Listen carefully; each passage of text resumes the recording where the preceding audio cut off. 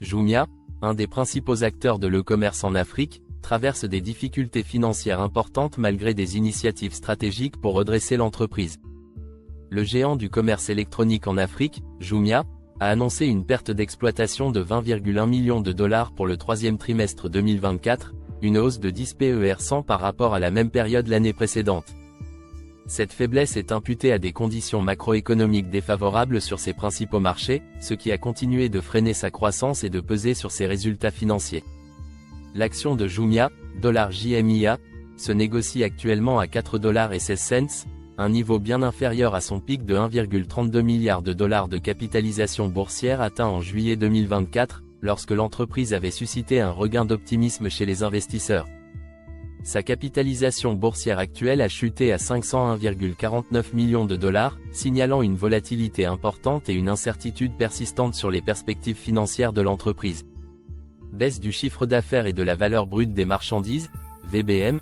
Au troisième trimestre 2024, Jumia a enregistré une chute de son chiffre d'affaires, qui est passé de 45 millions de dollars l'année dernière à 36,4 millions de dollars. La valeur brute des marchandises, VBM, qui mesure la valeur totale des ventes sur la plateforme, a légèrement diminué pour atteindre 162,9 millions de dollars. Cependant, Jumia souligne des progrès significatifs dans le domaine opérationnel. L'entreprise a renforcé son réseau logistique et ouvert un nouvel entrepôt à Lagos, au Nigeria, en juin 2024. Bien que ces changements aient généré des coûts à court terme, la société estime que ces efforts positionneront la plateforme pour une croissance rentable à long terme. Une meilleure liquidité et des initiatives stratégiques. L'un des points positifs pour Jumia est l'amélioration de sa position de liquidité. Après une levée de fonds de 20 millions de dollars par la vente d'actions ordinaires en août 2024, la société dispose désormais de 164,6 millions de dollars en liquidité.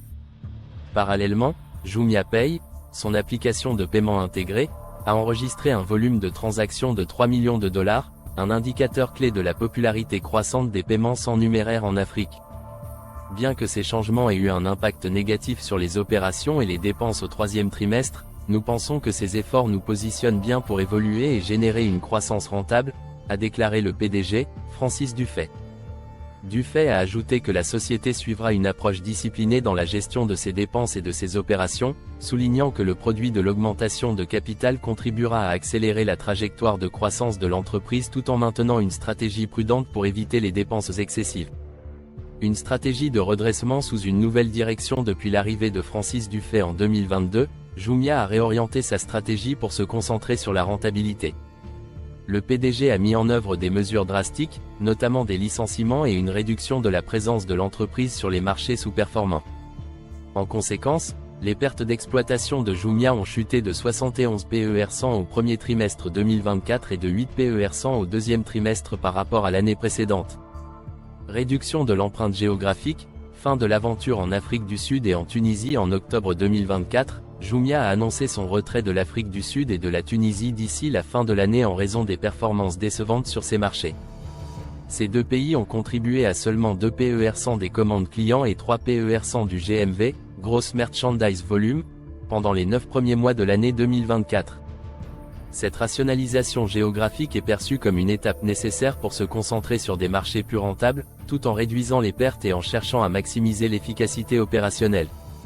À travers cette restructuration et en concentrant ses efforts sur ces 9 autres marchés, Jumia espère revenir sur une trajectoire de croissance durable et rentable. L'entreprise pourrait également envisager de vendre des actifs en Afrique du Sud et en Tunisie dans le cadre de ses efforts pour maximiser la valeur de ses actifs et générer des liquidités. Pensez-vous que la stratégie de Jumia pour se concentrer sur la rentabilité est la bonne ? Encouragement. Je vous prie de s'abonner pour plus d'analyses économiques et technologiques.